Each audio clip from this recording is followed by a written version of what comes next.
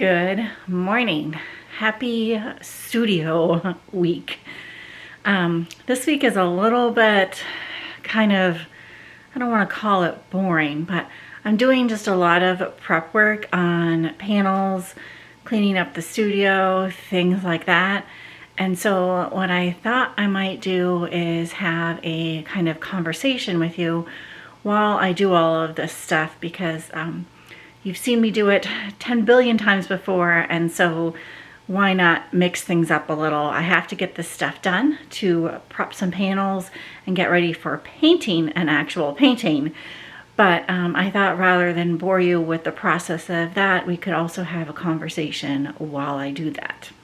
And I thought maybe we could talk about product versus process, and perhaps what type of artist I am, what type of artist you are, or a creative type of person.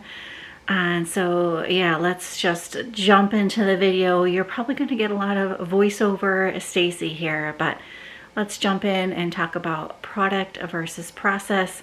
And then I'll also share with you what type of person or creative artist I am, if I'm product or more process. If you have any guesses, let me know. Hi all, in the studio, and I'm gonna flip the camera around because I'm prepping some panels today with my favorite encaustic gesso, and I wanted to show you why I use R&F encaustic gesso. So let me flip the camera around and show you. All right, so these panels, yellowish panels here, were primed with another product. And this was primed with R&F encaustic gesso. So you can really see the difference.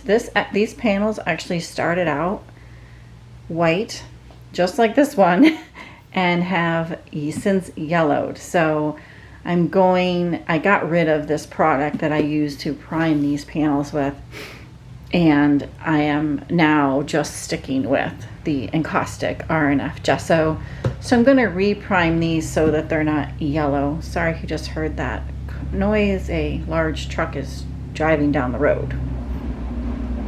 All right, so further explanation. These panels, with the yellowish panels, were primed with a chalk paint, or a chalk gesso, if you will, which you can use with encaustic. However, I just don't like the way that they yellowed, and I'm not sure if that would affect a painting or not. It quite possibly might not, but I'm just gonna go over them with this encaustic R&F gesso because it's my favorite. So hopefully that clarifies it. And you know, it's okay. And now I know that these, you know, that product didn't work for these.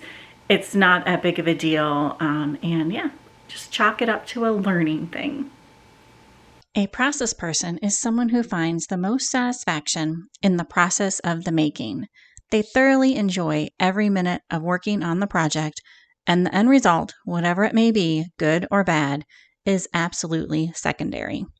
The process maker spends hours basking in the act of creating, selecting the perfect tools, the perfect technique, the right canvas, and the perfect color palette. They may spend more time thinking, dreaming, learning, and planning out what they want to create than the actual painting or creating process. Whether it takes them 6 days, 6 weeks, or 6 months to finish what they're creating, it doesn't matter to them. The process maker loves just that, the process. It's less about the thing at the end. In fact, the process creator will often have several projects on the go, and when they are finished, they barely notice what they've made as they've already moved on to the next project. Hungry for the next technique, they immerse themselves into the learning process. On the other hand, a product person is one whose ultimate goal is to reach the end of a project and finally reaping the benefits of the result. Product makers are also more likely to stick with one technique or style they enjoy for a longer period of time.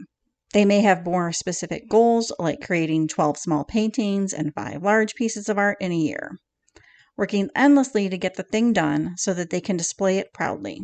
Are you the kind of person that will skip eating to get one more layer of paint on, or work long hours to add in the last details? Do you get more of a thrill from the finished thing rather than relishing in the making? The product maker cannot wait to get the painting off the easel. In fact, the nearer they are to finishing the thing, the more likely they are locked away in the studio somewhere until they can emerge declaring, "Hey, it's finished." I tend to fall towards the process maker in almost all aspects of creating. I've never liked leftovers or the same thing every Sunday for dinner. I enjoy experimenting with recipes and not really following the exact directions. I've tried all sorts of cooking, from vegan to meat lovers, from crock pot to stovetop, from making my own juices to purchasing ready-made meals, from sushi to grilling fish out. All of this is a fun experiment to me. In fact, recently I've created my own mix of banana cream and blueberry pie, and it was quite tasty if I do say so myself. I have no desire to go on vacation at the same spot every year, and I have a million of must-see places, a few that we're actually planning on going to very soon. I have a long list of projects to do around the house, and right now we're in the middle of about 4. There's a pile of half-spread mulch outside, a stack of wood sitting on the floor, 4 rolls of fabric sitting in the corner, and a list of wooded areas that need to be trimmed up before the fall. All this might stress some people out, but for me, I love that we can pick and choose which one we want to work on, or really not work on any of them at all if we don't feel like it. As far as hobbies go, right now I've been learning to knit, specifically knitting basic socks. But somehow I found myself scanning through sweater patterns and colorwork socks just the other day, planning for the next project before I finish the first. And all this definitely applies to my art. I honestly think I enjoy learning new techniques and experimenting more than anything else when it comes to art. One of my favorite things about encaustic is all of the various materials you can use with it and the huge amount of techniques you can do with this medium. I don't think I will ever get bored with encaustic. But notice, I never said never bored with it, because never say never. I can also honestly say that I do strive to have the perfect finished painting to present to the world, but I have gotten bored with paintings and have had to move on, perhaps picking them up later to work on. I do set goals for myself. As a self-employed artist, I think you need to have certain goals to earn a living, and I try hard to achieve these goals, but my heart is really completely in the process of making. I wanted to share something about my process, not with my process, about my process. While I'm thinking about it. So I'm going to flip the camera around and show you the difference between just a gesso panel, a panel with gesso and encaustic medium down on it, and then the final panel that I've prepped, which is encaustic gesso, encaustic medium, and then white encaustic paint. All right, so this panel is just encaustic gesso, white encaustic gesso. It's RNF, my favorite gesso. And then this is the panel with encaustic medium on it.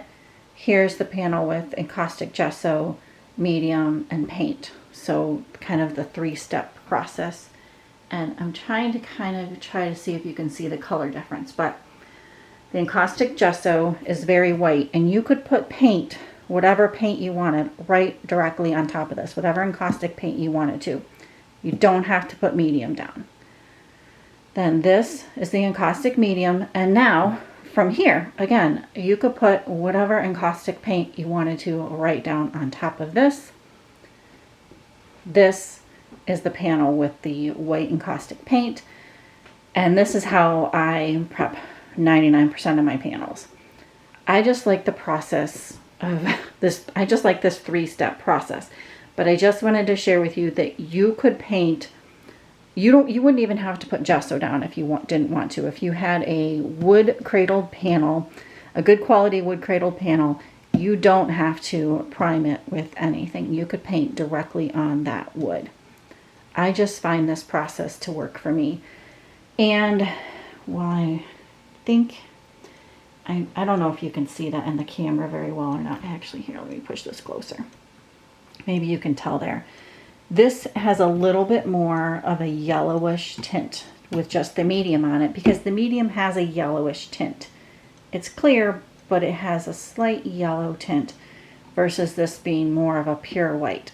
I think you can tell the difference. Anyways, I just wanted to show you that. So I am curious as to where you stand. Are you more process or more product type of artist? Or do you fall somewhere in the middle of it all? Honestly, I don't think there's any right or wrong answer here. It's just your preference and how you create. And I would actually just love to know where you fall. Are the majority of you product or more of you process, or are you kind of right in the middle, just depending on what you're working on? So let me know down there below in the comments, are you more product or more process, or do you fall somewhere in the middle? Or does it actually depend on what you're working on, what you're creating? So for example, are you a process artist but more of a product cook? Maybe you're a process knitter but a product artist. I don't know. Let me know down there below in the comments. I'm really curious to see where all of you fall in this. And again, thank you so very much for following along. If you did enjoy the video, please give it a thumbs up while you're down there in the comments letting me know. And yeah, we'll see you on the next one. Bye for now.